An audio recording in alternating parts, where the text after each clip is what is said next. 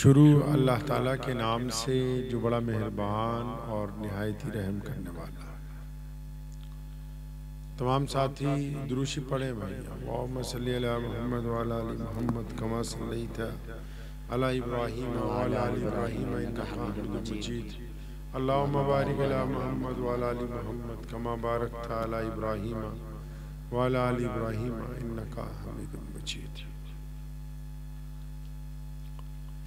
एक यकीन था दिल में कि खुदा तो सुनता है जब कोई दूसरा नहीं सुनता। एक यकीन था दिल में कि खुदा तो सुनता है जब कोई दूसरा नहीं सुनता। बिलाखिर मुझ पे ये राज खुला, क्या वो सुनता है क्या नहीं सुनता। वो समीओ बसीर है लेकिन बेअमल की दुआ नहीं सुनता। ये फैसला है दीन फितरत का, ये फैसला है दीन फितरत का कि बुज़दिलों की खुदा नहीं सुनता। अल्लाह के प्यारे नबी हज़रत मोहम्मद रसूलुल्लाह सल्लल्लाहु ताला अलैहि वसल्लम, जिन पर हमारे माँ बाप कुर्बान हो, उन्होंने पूरी दुनिया के इंसानों के लिए बेहतरीन रहनुमाई इस्लाम की शक्ल में अता फरमाई। आज बच्चों की दस्तारबंदी है तो कुरान पाक के तालीम के जो इदारे, इन पर ही आपसे चंद बातें अर्ज करने की ख्वाहिश है। बहुत सारे लोग जब उनके घर में बच्चा होता है, बिलखसूस मुसलमान, वो ये समझते हैं कि बच्चे को क्या पढ़ाएंगे, मदरसे में पढ़ने डालें, स्कूल में पढ़ने डालें, क्या करें, और फिर अपनी अकल लड़ाते हैं। कुछ कहते हैं नहीं स्कूल पढ़ेगा, पहले 10वीं करेगा, 10वीं करते करते बिगड़ इतना जाता है कि कुछ और करने के काबिल रहता नहीं है। फिर कुछ कहते हैं कि मदरसे में लगाएंगे, दीनदार बन जाएगा, मदरसे में पढ़ने के बाद बाकी सारे काम छोड़ देता होगा, तो और तो कुछ करना ही नहीं अब मैंने। कुछ कहते हैं 2 घंटे उधर पढ़ाएं, 2 इधर पढ़ाएं। तालीम कौन सी होनी चाहिए, निजाम क्या है, अल्लाह के नबी अलैहि सलाम क्या चाहते हैं, कुरान पाक ने क्या तरबियत की है हमारी। अगर इस्लाम की तारीख को देखते हैं तो कुरान पाक में जो अहकामात हैं और नबी अलैहिस्सलातु वस्सलाम ने जो अहकामात जारी फरमाए, हमारे नबी अलैहिस्सलातु वस्सलाम नबी हैं, नबी होने के साथ साथ वो बेहतरीन खामिद हैं दुनिया के, नबी होने के साथ साथ सबसे अच्छे बेटे हैं, नबी होने के साथ साथ सबसे अच्छे कारोबारी भी हैं, नबी होने के साथ साथ सबसे अच्छे हाकिम भी हैं, नबी होने के साथ साथ सबसे बड़े आलिम भी हैं, नबी होने के साथ साथ सबसे बेहतर कुरान पढ़ने वाले भी वही हैं, नबी होने के साथ साथ सबसे अच्छे जिम्मेदार भी वही हैं, नबी होने के साथ साथ सबसे अच्छे मवेशी पालने वाले भी वही हैं। यानी जात तो एक है लेकिन तमाम काम करके हमें बताए कि करने कैसे। कोई शोबा छोड़ा ही नहीं जिसमें काम ना किया। तो इस्लाम ने क्या समझाया, तालीम कौन सी होनी चाहिए, दुनिया की तालीम में और दीन की तालीम में फर्क क्या है। हत्ता कि आप देखें जो दुनिया के तालीमी इदारे हैं उनमें हम पैसे लेके खड़े हैं, अपने पास से डोनेशन लेके खड़े हैं साथ में, भाई हमारा बच्चा रख लो, हमारा बच्चा रख लो, ये पढ़ने आएगा। और तो जो मदरसों के तालीमी इदारे हैं, हम लोगों से मांग मांग के फिर बच्चों को कह रहे हैं भी आ जाओ, फ्री पढ़ाना है, मुफ्त खिलाना है।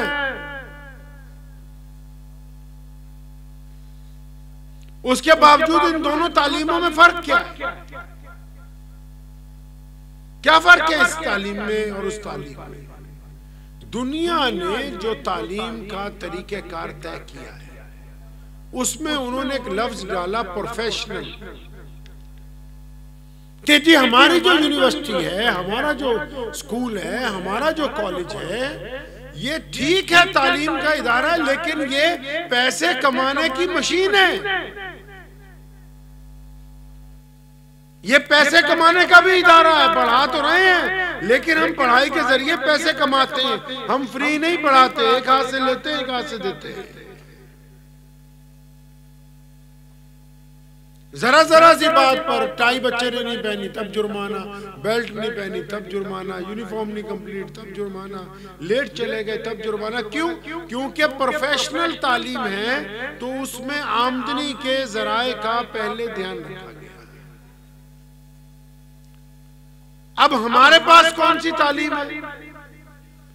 जो हमारे पास तालीम है वो प्रोफेशनल नहीं।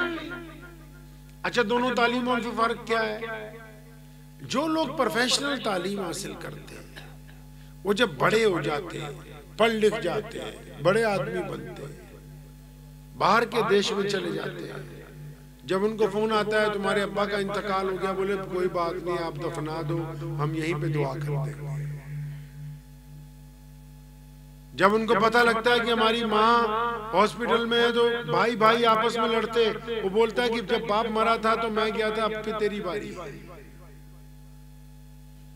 क्योंकि सिखाया प्रोफेशन है ना, तो रिश्तों में भी धंधा चला। और नबी अलैहिस्सलाम ने क्या फरमाया? इस्लाम ने क्या कहा कि बच्चे को 6 साल तक माँ बाप छाती से लगा के, फरमाया चिमटा के अपने साथ 6 साल तक तो चिमटा के रखना है, छाती से लगा के पालना है। हम 2.5 साल के बच्चे को प्ले वे के स्कूल में पढ़ने के लिए भेजते हैं। माँ भी सोचती है कि जितना ज्यादा वक्त है बाहर रहे, बाप भी सोचता है जितना ज्यादा वक्त है बाहर रहे। बच्चे को अब बचपन से ही प्रोफेशनल तालीम, क्योंकि प्ले वालों को प्ले वे स्कूल जितने हैं उनको तो पैसा चाहिए, उनका बच्चा उनके पास रहेगा, उन्हें तो कोई हर्ज नहीं, चाहे आप सारा दिन रखें, लेकिन बच्चे की पहले दिन से आपसे दूरी पड़नी जो है वो इब्तिदा हो गई। अब फिर रो रहे हैं कि जी बच्चे तो हमें पूछते नहीं बड़े होके। ठीक है, माँ बाप के हुकूक हैं, कुरान ने कहा है माँ बाप के सामने उफ ना कहो, लेकिन क्या इस कुरान में ये नबी अलैहिस्सलाम ने माँ बाप को पाबंद नहीं किया कि अल्लाह ताला ने ये नेमत औलाद की शक्ल में तुम्हें दी है, इसका अच्छा नाम रखना, इसकी अच्छी परवरिश करना, बेहतरीन खिलाना, बेहतरीन समझाना, अच्छा बोलना, अच्छे आदाब सिखाना तुम्हारी जिम्मेदारी है। आप अपनी जिम्मेदारी से कैसे भाग सकते हैं? कैसे भाग सकते हैं आप अपनी जिम्मेदारी से? जो लोग जिम्मेदारी से भागते हैं, अभी लखनऊ में एक शख्स की मौत हुई, उसको लोग सहारा श्री के नाम से जानते थे। अपना शहर बनाया।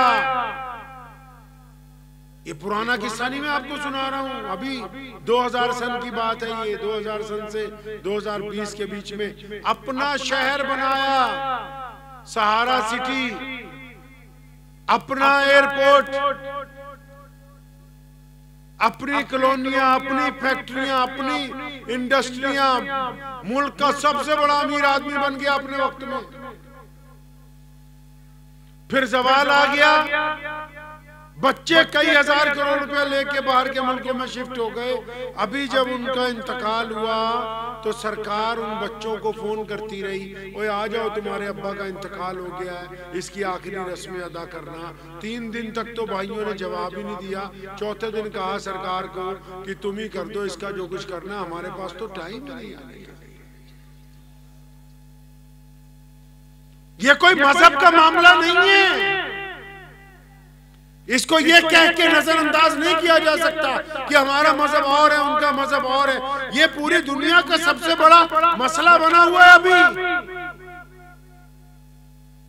हवा अगर चलती है उसमें गंदगी आती है तो बदबू सबको महसूस होगी, अगर बारिश पड़ेगी तो बारिश की जो ठंडक है वो सबको महसूस होगी। हम कर क्या रहे हैं अपने नौनिहालों के साथ, अपने बच्चों के साथ? हमारा तरीका क्या है? चाहे मुसलमान हो चाहे गैर मुस्लिम हो, हम बच्चों को पढ़ाना क्या चाहते हैं, क्या समझाना चाहते हैं, क्या सिखाना चाहते हैं? कुछ तो हमने सोचा होगा कि क्या पढ़ाएं। प्यारे नबी हज़रत मोहम्मद रसूलुल्लाह ने जब मस्जिद नबी बनाई तो मस्जिद नबी में सबसे पहले क्या बनाया? सबसे पहले मस्जिद में मदीना यूनिवर्सिटी की बुनियाद रखी, जिसको असहाबे सुफ़ा का चबूतरा कहते हैं, और वहाँ पर तालीम का आगाज़ किया और तमाम बच्चों को इकट्ठा कर लिया गया, तमाम गरीबों को इकट्ठा कर लिया गया कि अच्छा अब तुमने हमारे पास रहना है, हमारे पास इल्म हासिल करना है, तुम्हारा रहना सहना खाना पीना सब हमारे जिम्मे है। क्यों? ताकि माशरे में समाज में अच्छे लोग सामने आए। आज हमें गिला है कि समाज में अच्छे लोग नहीं है। हमने अच्छे लोग बनाने के लिए क्या किरदार अदा किया है?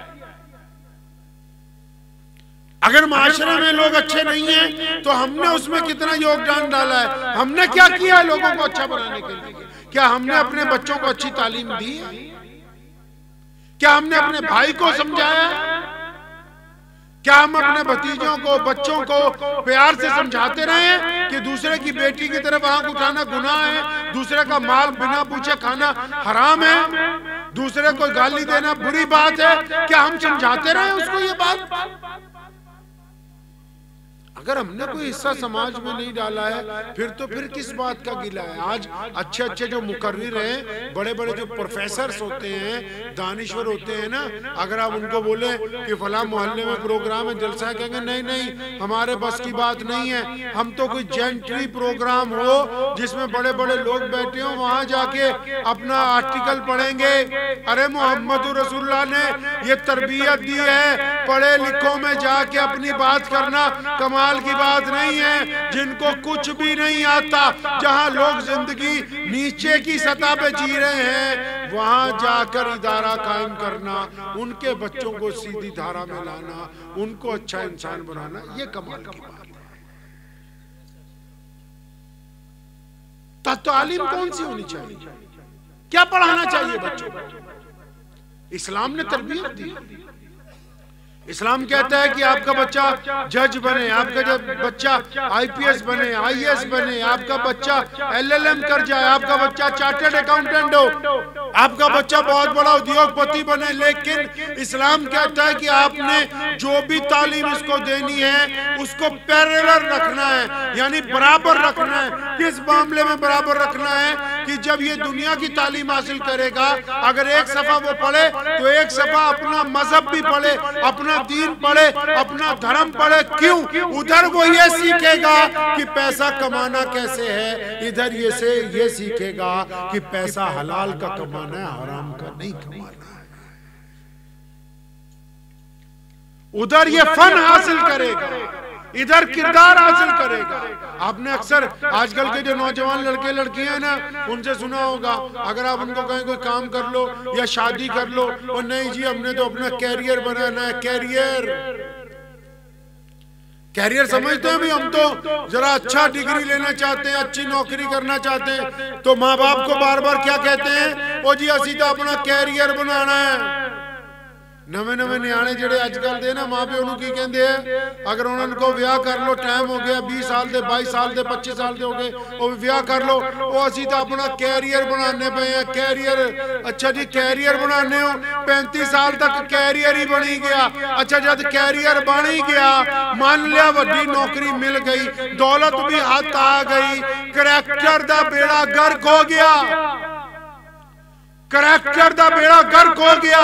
किन्नी जगह जिस्म दी सौदेबाजी हो गई, वड्डी जगह पहुंच भी गए, पैसे भी हाथ आ गए, वधिया कुर्सी भी हाथ आ गई, सब कुछ मिल गया, लेकिन किरदार अपने कोल नहीं रहा। हुण इस कैरियर दा की करना, कोई फायदा नहीं है। ते कैरियर बनाना है तो पहले करैक्टर नहीं बनाना। करैक्टर होएगा तो कैरियर होएगा। पूरी दुनिया में आज इस्लाम सबसे बड़ा दीन बना। क्यों? मुसलमानों को मोहम्मद रसूलुल्लाह ने पाबंद किया है। तभी तो बार बार अगर 500 रुपए का नोट भी सड़क पे मिलता है, मौलवी से जाके पूछते हैं कि मौलाना इसका क्या करेंगे हम। खड़े होकर पेशाब करते हैं तो जाके कह देते हैं कि हमारे कपड़े नापाक हो गए। कोई दिल के अंदर बददियानती आती है, निगाहों से कोई गलत काम होता है, समझ जाते हैं कि हमने गुनाह किया, क्योंकि एहसास को बेदार रखा गया। एहसास अगर मर जाए तो सब कुछ खत्म। एहसास किसने बेदार करना है?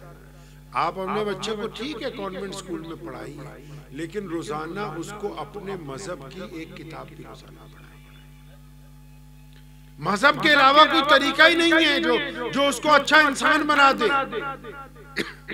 यूनिवर्सिटी में वो अच्छा कारोबारी तो बन सकता है, अच्छा ऑफिसर तो बन सकता है, लेकिन एक अच्छे ऑफिसर के लिए अच्छा इंसान बनना ज्यादा जरूरी है। अच्छे कारोबारी के लिए एक आला किरदार का इंसान बनना ज्यादा जरूरी है। तो यही तो इस्लाम ने तालीम दी है। आप लोग क्या समझते हैं आजकल? हम लोग ये समझते हैं अच्छा बकरा मुर्गा हलाल होना चाहिए, बस वही हलाल नहीं, जो लुकमा मुंह में तोड़ के डाल रहे हैं वो भी हलाल होना चाहिए।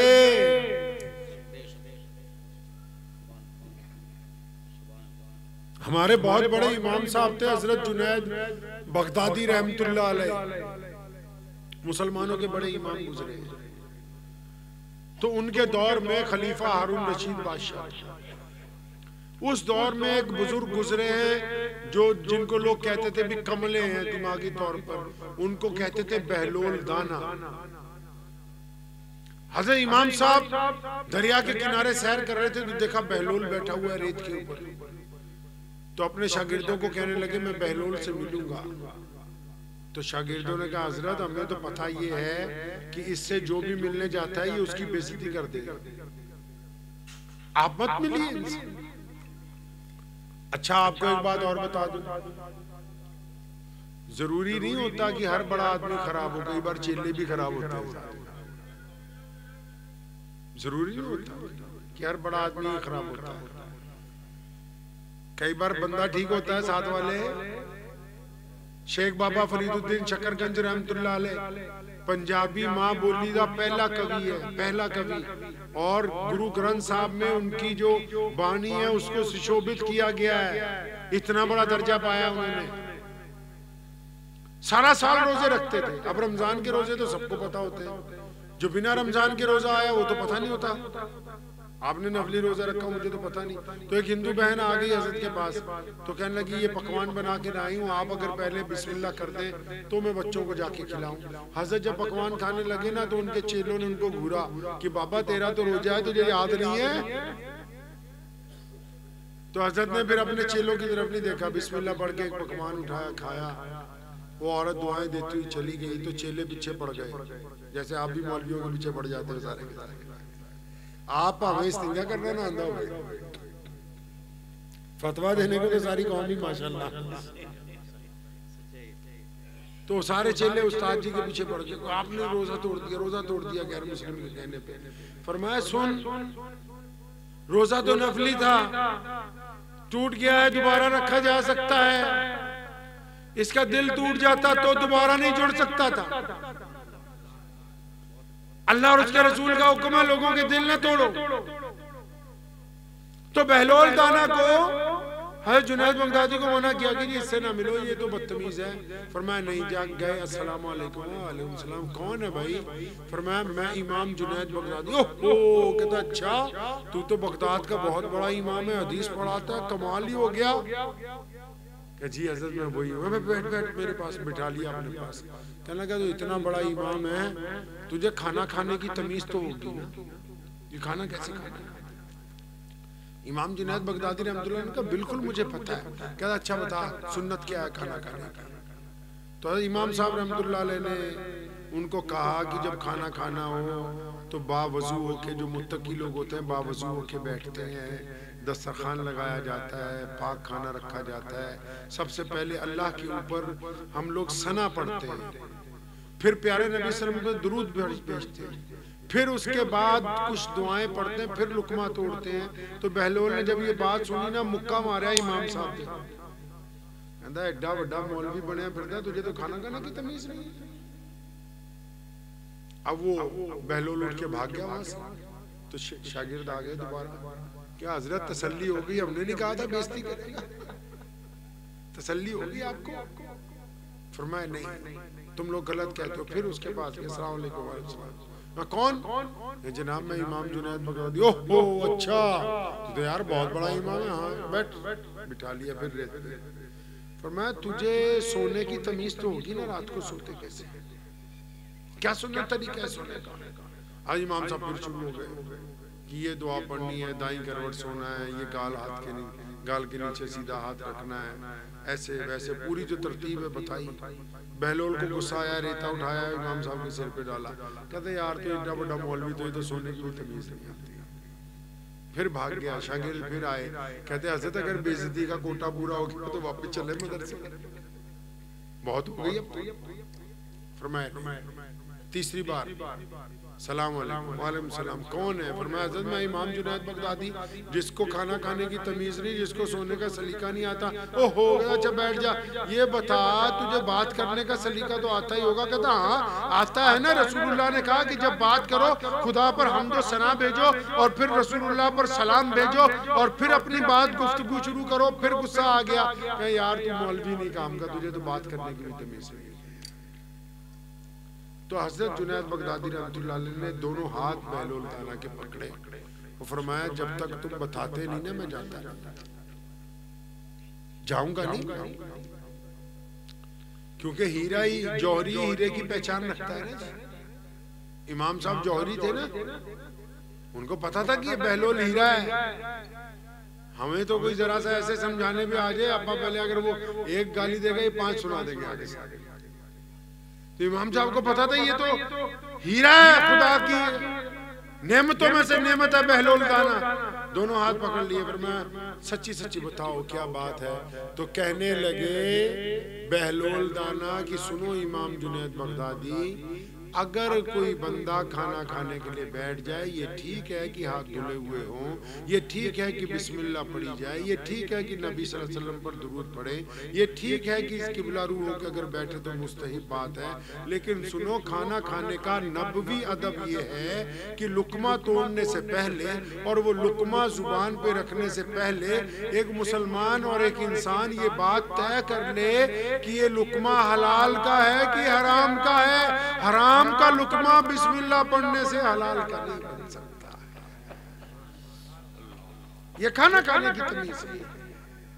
और फरमाया सोती तो सारी दुनिया है दुआएं पढ़ के, सुन्नत तरीका ये है सोने का, वजू भी किया हो, दुआ भी पढ़ी हो, लेकिन बंदा अपने रब से माफी मांगने के बाद अपने दिल में से अपने अजीजों अकारिब की, भाइयों की, रिश्तेदारों की, पड़ोसियों की बुराइयां, गीबत, कीना, सारी गंदगी निकाल के पाक होके सोए।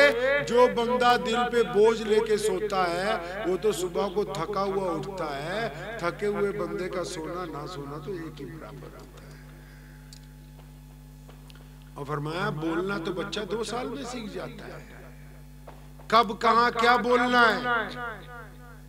बादशाह वक्त के सामने सच बोलना है कि नहीं बोलना, चमचागिरी करनी है या अल्लाह और उसके रसूल की सही बात बतानी है। फरमाया अगर करनी चमचागिरी है तो ये बोलना नहीं होता, इसको खुशामद कहते हैं। वक्त के मुताबिक अपने लोगों की सही रहनुमाई करना, वक्त के मुताबिक जालिम हुक्मरानों की आंखों में आंखें डाल के बात करना का मतलब बोलना होता है। अगर ऐसे नहीं बोल सकते तो फिर चुप रहना ही इससे ज्यादा बेहतर होगा।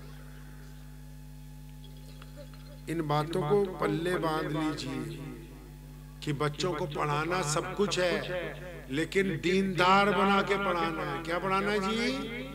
दीनदार बच्चों के माँ बाप सर पर बैठेंगे आखिरी वक्त तक, क्योंकि उनको पता है ना कि माँ बाप की नहीं मानी तो नमाज नहीं होगी। उनको पता है माँ बाप नाराज हो गए तो अल्लाह नाराज हो गया। उनको पता है कि पड़ोसी को गाली दी तो खुदा नाराज हो जाएगा। उनको पता है कि बहन का हक मार लिया तो हमारी नमाज नहीं होगी। उनको पता है ना कि भाई की जमीन पर नाजायज कब्जा कर लिया तब हमारी नमाज, क्योंकि उनके दिल में डर है अल्लाह का। वो कलेक्टर लग जाए, बड़े अफसर बन जाए, वजीर बन जाएं, बहुत बड़े उद्योगपति बन जाएं, लेकिन क्योंकि दिल में दीन है, जज्बा है, खुदा का डर है, तो गुनाहों से बचे रहेंगे, किसी के साथ ज्यादती नहीं करेंगे। और अगर सिर्फ प्रोफेशनल तालीम दिलवाई तो बस फिर वो रिश्तों को भी पैसे से तोलेंगे, रिश्तों को भी वक्त के हिसाब से तोलेंगे। एक कहावत है ना, लोग कहते समय नहीं है, वक्त नहीं है, वक्त ही नहीं है, आने का वक्त ही नहीं है। आपको पता है कि ये झूठ है दुनिया का सबसे बड़ा। ये कहना कि मेरे पास टाइम नहीं है झूठ है। प्योरिटी क्या है, आप किसको चाहते हो? मेरा दिल कर रहा था कि मैं अहमद भाई के पास पहुंचूं, जलंधर आ गया मैं। इनको मैंने कहा जब्बार भाई को आऊंगा, मेरा अगर दिल नहीं करता, मैं कह रही मैं तो थका हुआ हूं, मैं तो बड़ी दूर से आ रहा हूं राजस्थान से, मैं नहीं आ सकता। आपकी प्योरिटी क्या है, आप किसको चाहते हो? ऐसी झूठ बोले जा रहे यार टाइम नहीं मिला, नहीं, आप वक्त देना नहीं चाहते। आपकी प्योरिटी क्या है?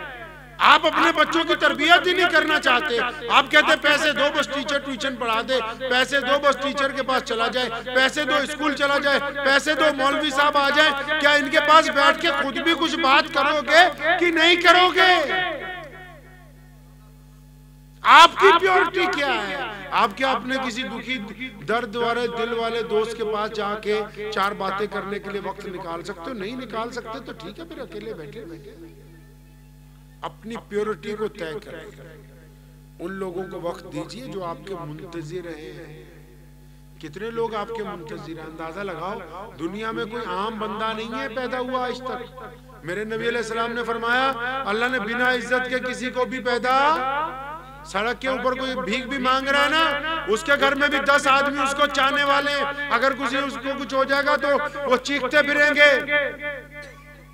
कोई बंदा ऐसा नहीं है जिसको अल्लाह ने बगैर इज्जत के पैदा किया हो। हम उनको वक्त ही नहीं देना चाहते जो हमें चाहते हैं। हम जरूरत ही नहीं समझते उनको वक्त देने की। वक्त को बनाइए, तय कीजिए कि हमने वक्त कहाँ देना है। अच्छे लोगों को वक्त दीजिए। हमारे नबी अलैहिस्सलाम जब फतेह मक्का के दिन तमाम कामों से फारिग हुए थे ना, तमाम कामों से जब नबी अलैहिस्सलाम फारिग हुए थे, पता है कहाँ गए? पता आप लोगों को? नहीं पता ना? पता इसलिए नहीं है हम लोगों ने अपना दीन कोरमा बिरयानी बना रखा है, इसलिए नहीं पता, क्योंकि हम रसूलुल्लाह को पढ़ते नहीं। जिस दिन मक्का फतेह हुआ, तमाम काम निपटाने के बाद रात के पहले पहर जब बड़े बड़े कोठी वालों ने, गवर्नरों ने कहा या रसूलुल्लाह हमारे घर चले, नहीं, नबी अलैहिस्सलाम कहाँ गए? उम्मे हानी के घर। कौन उम्मे हानी? रसूलुल्लाह की बहन। कौन सी बहन? रसूलुल्लाह के चचा की बेटी। कौन सी बेटी? जो 10 साल पहले बिछड़ गई। क्यों बिछड़ गई? क्योंकि इस्लाम कबूल किया, शौहर ने अलहदा कर दिया था। नबी अलैहिस्सलाम फतेह मक्का के दिन रात को तमाम काम निपटा के कहाँ गए? अपनी उस बहन के घर गए और सारी रात अपनी बहन और भांजों के साथ बैठ के बात की। और क्या बातें की? अपने अब्बू को याद किया, अपनी अम्मी को याद किया, अपने चचाओं को याद किया, अपने दादा को याद किया। और हमें ये बात समझाई कि जब तुम किसी मुकाम पर पहुंचोगे, जब किसी आगे पहुंचोगे, तो फिर उन्हें मत भूल जाना जो उस वक्त तुम्हारे साथ थे, जब तुम्हारे साथ था कोई नहीं। आप कैसे भूल गए कि गांव से चलते हुए कितने लोग थे जो तुम्हें छोड़ने के लिए तेरे साथ कदम उठाते रहे, और जिन्होंने रोते हुए दिल के साथ दुआएं दी कि चल अल्लाह करे तू कामयाब हो जाए। अब वक्त नहीं है ना, क्योंकि प्योरिटी नहीं है दिल में, बेईमानी है। वक्त है, हम देना नहीं चाहते। देना इसलिए नहीं चाहते क्योंकि हमने दीन नहीं पढ़ा। हमने सोचा भाई 5 नमाज़ें पढ़नी है, अल्लाह अल्लाह खैर सल्ला वाह जी वाह, नमाज भी नीती जाओ, ठगी भी कीती जाओ, बस हो गया। तब्दीली लाएंगे इंशाअल्लाह। अपने आप में तब्दीली लाइए। लोग आपके मुंतजिर हैं। पूरी दुनिया में आज इस्लाम सबसे बड़ा दीन है। लोग मुंतजिर हैं आपके, आपकी शक्ल में एक अच्छा आइडियल इंसान देखना चाहते हैं लोग। अपने अंदर तब्दीली लाई। हमारा मकसद ये नहीं है कि पूरी कायनात वाले कहने लगे जी हम मुसलमान नहीं, हमारा मकसद ये है कि कायनात में जितने लोग रहते हैं उनमें जिनका ताल्लुक आपके साथ है, चाहे वो हमारा कोई गैर मुस्लिम भाई है, वो आपकी पीठ के पीछे ये ज़रूर कहे कि अब्दुर्रहमान से मेरी दोस्ती है, वो ईमानदार है, वो किसी की बेटी की तरफ गंदी निगाह नहीं डालता, वो ठगी की बात नहीं करता, उसके पास अमानत रख दो तो खयानत नहीं होती। इस्लाम ये चाहता है कि आपके अंदर ये सिफत होनी चाहिए। करेंगे इंशाअल्लाह। तो दुआ भी कीजिए। 11:15 बज गए। अल्लाह तबारक व तआला मुझे भी और आप सबको इन बातों के ऊपर अमल की तौफीक अता फरमाए। व आखिर दावाना अनिल हम्दुलिल्लाहि रब्बिल आलमीन।